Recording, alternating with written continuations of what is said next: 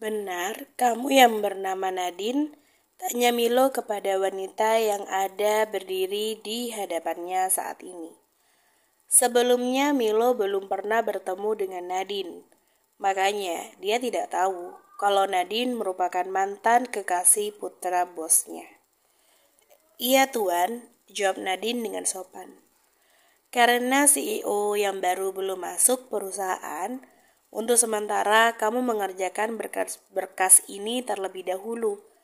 Ucap Milo sambil memberikan beberapa berkas kepada Nadine sebagai tugas awal sebagai sekretaris di perusahaan New Blue. Baik tuan, ucap Nadine, sambil menerima berkas tersebut dari tangan Milo. Kalau ada yang tidak kamu mengerti, kamu bisa tanyakan kepada saya. Nanti sebelum jam istirahat saya akan melihatnya. Ucap Milo dan Nadine pun mengangguk. Mari, saya tunjukkan ruanganmu. Ajak Milo diikuti Nadine di belakangnya. Mereka keluar dari ruangan Milo dan Milo membawa Nadine menuju ke salah satu ruangan khusus sekretaris pribadi CEO yang berada tidak jauh dari ruangan CEO. Ini ruanganmu, dan yang berada di sebelah sana itu ruangan CEO. Ucap Milo memberitahu Nadine. Kalau begitu, kamu bisa masuk ke dalam ruanganmu. Karena saya juga harus kembali ke ruangan saya. Masih banyak pekerjaan yang harus saya selesaikan. Ucap Milo dan pamit. Setelah Milo pergi, barulah Nadine masuk ke dalam ruangannya. Dia melihat-lihat ruangannya yang cukup luas dan juga rapi. Bagus ruangannya, ucap Nadine seraya menaruh tasnya di atas nakas. Kemudian Nadine duduk di kursinya. Dibukanya satu persatu berkas tersebut dan mulai mengerjakannya. Nadine terlihat tidak kesulitan dalam mengerjakan pekerjaannya. Dia terlihat fokus dalam bekerja. Waktu berjalan begitu cepat. Satu persatu berkas sudah Nadine kerjakan. Hingga akhirnya menjelang jam istirahat, Milo masuk ke dalam ruangannya untuk memeriksa hasil kerjanya. Bagaimana? Apa kamu sudah menyelesaikannya? Tanya Milo. Sudah, tapi belum semua tuan. Masih ada beberapa berkas lagi yang belum saya selesaikan. Jawab Milo sambil memberikan hasil kerjanya kepada Milo. Apa kau mengalami kesulitan? Tanya Milo mengambil berkas yang sudah Nadine kerjakan dan membukanya. Milo meneliti hasil pekerjaan Nadine. Tidak tuan, jawab Nadine. Milo manggut-manggut merasa cukup puas dengan hasil kerja Nadine. Dia cukup salut dengan sekretaris baru tersebut. Meskipun ini hari pertama Nadine bekerja, tapi Nadine bisa langsung menguasai pekerjaannya. Apa ada yang salah tuan? Tanya Nadine dengan takut. Tidak, pekerjaanmu cukup bagus. Kamu bisa langsung istirahat, saut Milo dan menutup berkas tersebut. Terima kasih tuan, ucap Nadine tersenyum senang. Milo keluar dari ruangan Nadine. Hari ini Nevan tidak masuk, membuat pekerjaan Milo tuh menumpuk. Beruntung ada Nadine yang bisa sedikit meringankan pekerjaannya. Nadine mengambil dompetnya dan memutuskan untuk makan di kantin kantor. Sampai di kantin, Nadine langsung memesan menu makanan yang dia inginkan. Kemudian dia mencari meja kosong untuk makan. Kamu anak baru? Tanya salah satu karyawan yang bernama Sonia. Iya kak, boleh saya duduk di sini? Soalnya meja lain sudah pada penuh semua. Jawab Nadine sekaligus meminta izin pada Sonia. Silahkan, perkenalkan, namaku Sonia. Ucap Sonia memperkenalkan diri. Saya Nadine. Nadine juga ikut memperkenalkan diri. Kamu bekerja di divisi apa? Tanya Sonia. Saya sekretaris CEO kak. Jawab Nadine dibalas anggukan oleh Sonia. Panggil Sonia aja. Sepertinya kita seumuran deh. Ucap Sonia. Baiklah Sonia, saut Nadine tersenyum. Setelah cukup berbasa-basi, mereka mulai menyantap makanannya masing-masing. Nadine senang sudah mendapatkan kenalan baru di tempat kerjanya. Dia awalnya mengira akan banyak yang tidak suka kepada dirinya, tapi nyatanya tidak. Nadine disambut baik oleh karyawan di perusahaan New Blue tempat dia bekerja. Siang hari, Melody datang ke mansion Yaskara untuk mengajak Ares jalan-jalan. Siang tante, Aresnya ada? Tanya Melody sopan kepada Anika. Ada, sebentar ya tetap panggilkan, saut Anika seraya menghentikan acara berkebunnya. Tante lanjutkan aja berkebunnya, biar Melody panggil sendiri Aresnya. Cegah Melody ketika melihat Anika yang hendak berdiri. Ares sedang di kamarnya, biar tante aja yang panggilkan, ujar Anika. Aku tahu kamar Ares kok tante, biar aku samperin dia langsung di kamarnya aja. Kekeh Melody membuat Anika tidak suka dengan sikap Melody. Dia tidak suka wanita agresif seperti Melody. Anika tidak akan membiarkan wanita itu masuk ke dalam kamar sang putra. Apalagi status mereka saat ini masih sekedar pacaran, belum menjadi pasangan suami istri. Kamu seorang wanita, Melody, tidak seharusnya kamu masuk ke dalam kamar seorang pria. Kamu tunggu di sini aja, biar tante yang panggilkan, tegas Anika. Melody mencapikkan bibirnya dengan sebal. Menurut Melody, Anika itu tipe orang tua yang kolot. Padahal zaman sekarang sudah bukan hal yang aneh lagi seorang wanita masuk ke dalam kamar pria, apalagi status mereka tuh pacaran. Melody duduk di teras depan, sementara Anika masuk ke dalam rumahnya ingin memanggil sang putra. Kamu mau kemana sayang? Tanya Nevan ketika melihat sang istri yang hendak menaiki anak tangga. Mau ke kamar Ares, Hani. Di depan ada Melody yang ingin bertemu dengannya. Saut Anika menoleh. Katakan aja padanya kalau Ares sedang tidur, tidak bisa diganggu, ucap Nevan. Kenapa suaminya menyuruhnya berbohong? Apa suaminya juga tidak suka dengan Melody? Pikir Anika dalam hati. Kenapa Hani? Nanti kalau Ares marah gimana? Tanya Anika. Biarkan aja dia marah. Nanti aku yang akan bicara padanya. Aku menyuruhmu untuk berbohong, bukan tanpa alasan sayang. Ares baru saja pulang dari luar negeri. Dia masih butuh banyak istirahat sebelum nanti masuk ke perusahaan. Jelas Nevan. Nevan ingin anaknya istirahat dulu, agar nanti ketika anaknya mulai masuk ke perusahaan, dia tidak lagi kecapean. Ya sudah, kalau begitu aku ke depan dulu ya menemui Melody. Ucap Anika mengurungkan niatnya memanggil sang putra. Dia setuju dengan ucapan sang suami. Anika keluar rumah menemui Melody yang sedang duduk sambil memainkan ponselnya. Maaf ya Melody, Aresnya lagi tidur. Dari tadi tante ketuk pintu kamarnya tapi tak kunjung dibuka. Ucap Anika berbohong. Melody berhenti memainkan ponselnya dan mendongakkan kepalanya menatap Anika. Kenapa tante tidak masuk ke kamarnya aja? Siapa tahu dia sedang ada di dalam kamar mandi, makanya dia tidak buka pintu. Desak Melody. Tante tidak berani masuk ke dalam kamarnya tanpa persetujuan darinya. Ucap Anika yang masih mencoba sabar menghadapi Melody. Sebenarnya bukan tidak berani, itu hanya alasan Anika saja agar Melody pergi dari rumahnya. Coba Melody hubungi nomor ponselnya, siapa tahu dia mengangkatnya. Ucap Melody masih berusaha agar bisa bertemu dengan Ares. Tut, tut. 3 kali Melody menghubungi Ares, namun panggilannya tak kunjung diangkat juga. Anika bernafas lega melihatnya. Setidaknya alasan yang dikatakan kepada Melody tidak sepenuhnya berbohong. Mungkin Ares masih lelah, besok kamu bisa kembali lagi Melody, ucap Anika. Ya udah, besok Melody kesini lagi deh tante, ucap Melody dan pamit kepada Anika. Di dalam kamar tak benar-benar tertidur. Dia tahu kalau Melody menghubunginya, namun Ares enggan untuk mengangkatnya.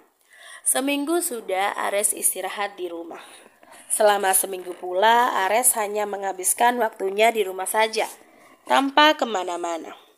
Melody belum datang lagi menemui dirinya. Namun Ares tidak masalah akan hal itu. Dia malah senang kalau Melody tidak menemuinya. Hari ini Ares sudah bersiap dengan setelan jasnya.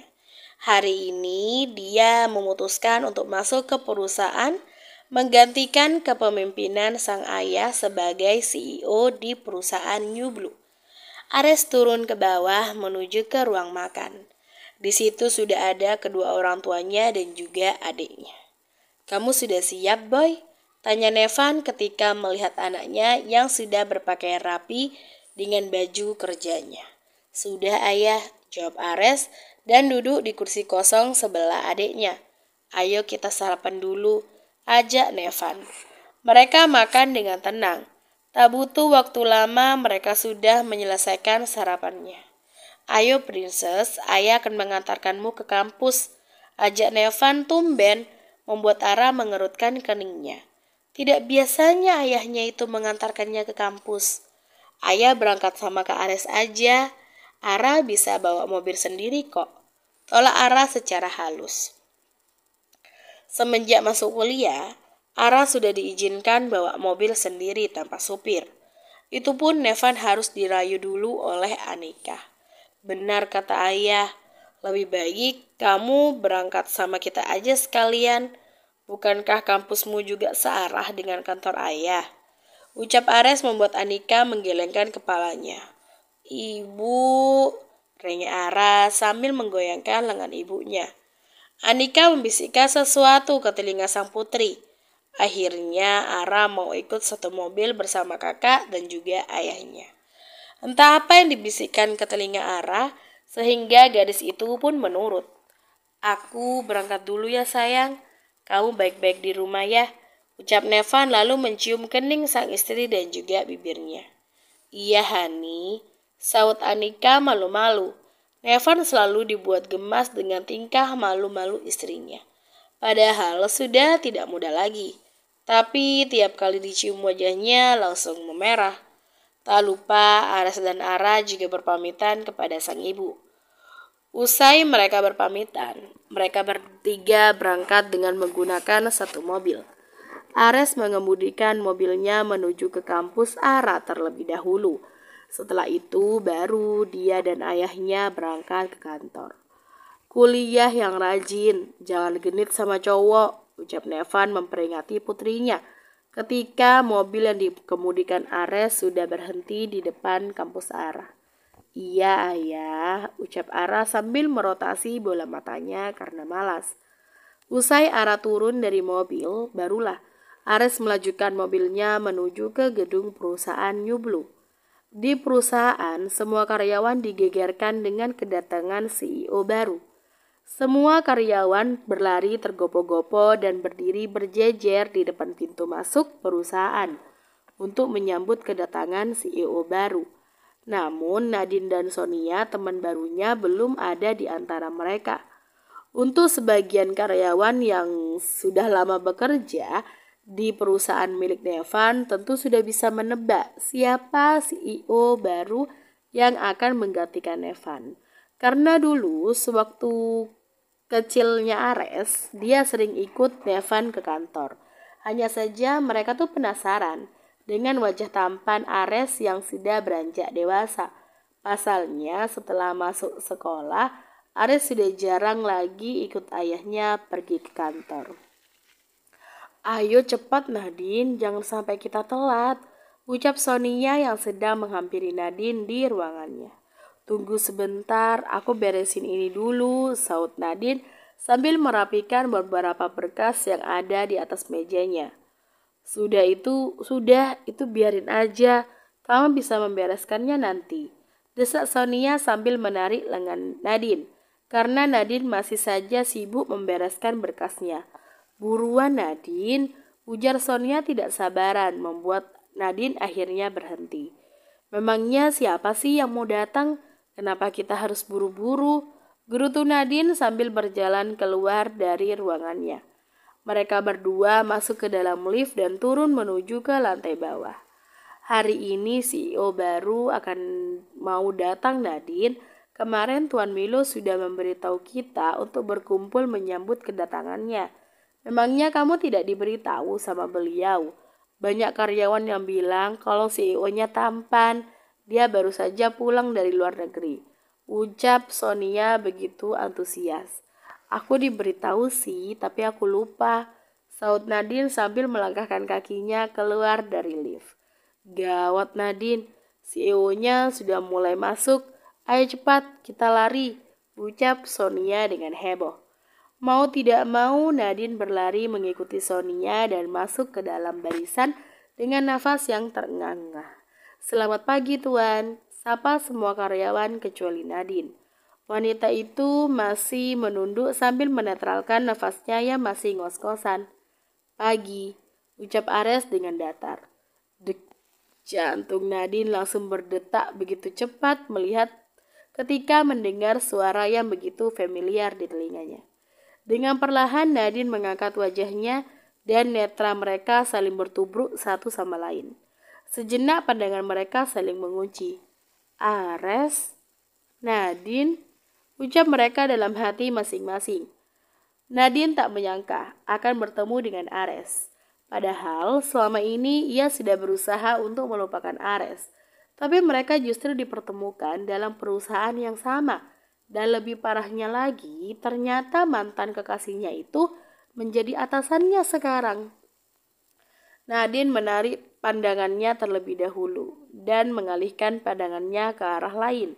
Jantungnya masih berdegup kencang seperti orang yang habis lari maraton. Kamu ada apa Nadine? Tanya Sonia lirih. Aku tidak apa-apa, jawab Nadine dengan gugup. Perkenalkan, ini CEO baru kalian. Namanya Darendra Arestama Alexander. Dia yang akan menggantikan Tuan Nevan Alexander. Ucap Milo secara lantang yang memperkenalkan Ares kepada semua karyawan di New Blue. Mohon kerjasamanya semuanya, ucap Ares. Setelah selesai perkenalan, Milo membubarkan seluruh karyawannya. Kalian bisa kembali bekerja, kata Milo kepada semua karyawan. Lalu mereka kembali ke ruangannya masing-masing. Nadine dengan langkah gontai memasuki lift yang membawanya ke lantai atas.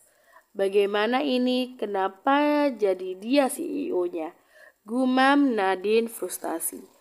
Bagaimana bisa dia bekerja dengan Ares? Sementara dulu Nadine pernah menjadi kekasihnya. Pasti ada kecanggungan di antara mereka berdua. Ting! Nadine keluar dari lift dan melangkahkan kakinya masuk ke dalam ruangannya. Tak lama Milo masuk ke dalam ruangannya. Kamu dipanggil ke ruang CEO, Milo memberitahu Nadine. Harus ya Tuan, tanya Nadine dengan ragu.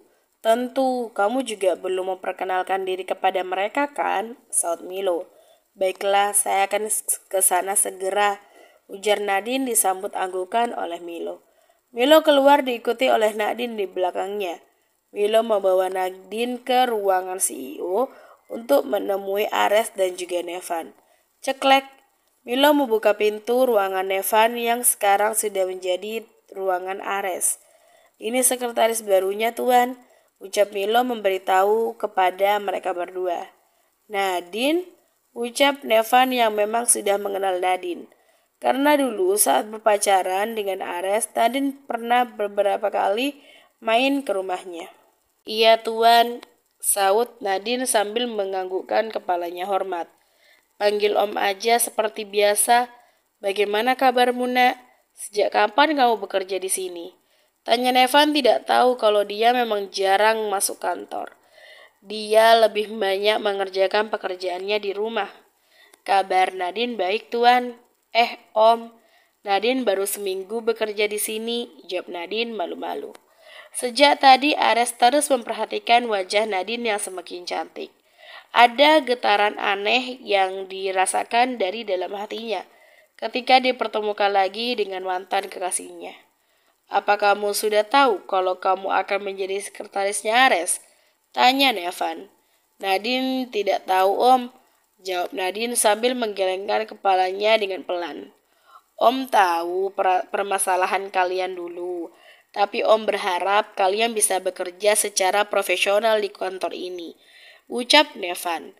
Pada akhirnya Nevan dan Anika mengetahui kalau Ares dan Nadine itu putus dari cerita sang istri. Sejak Ares dan Nadine putus, Ara jadi mendiamkan Ares selama beberapa hari. Nevan yang tidak suka melihat mereka yang saling mendiamkan, akhirnya menyidang keduanya dan memaksa keduanya untuk bercerita. Kamu ada masalah apa sama Kak Ares sayang? Coba cerita sama ayah. Tidak baik saling mendiamkan seperti itu, tanya Nevan. Kak Ares duluan yang mulai ayah, saut Ara menyalahkan kakaknya. Memangnya apa salah kakak? Tanya Ares dengan bingung. Perasaan dia putusnya sama Nadine, lalu kenapa adiknya yang bersikap seperti korban? Cerita sama ayah atau ayah akan menarik semua fasilitas kalian. Ancam Nevan kepada mereka berdua. Janganlah ya. Baik, Ara akan bercerita sama ayah. Pekik Ara takut ditarik semua fasilitas yang Nevan kasih ke dia. Berbeda dengan Ares yang terlihat santai. Kak Ares mutusin Kak Nadia ya, ucap Ara sambil menyebitkan bibirnya dengan sebal. Lalu masalahnya dengan kamu apa sayang? Itu hubungan mereka, kenapa kamu yang marah? Tanya Nevan bingung. Karena Kak Ares tidak mau mendengarkan penjelasan Kak Nadine dulu. Siapa tahu pria yang waktu ngeboncengin Kak Nadine itu saudaranya, bukan selingkuhannya. Jelas Ara membuat Nevan menghela nafas pelan. Bersambung.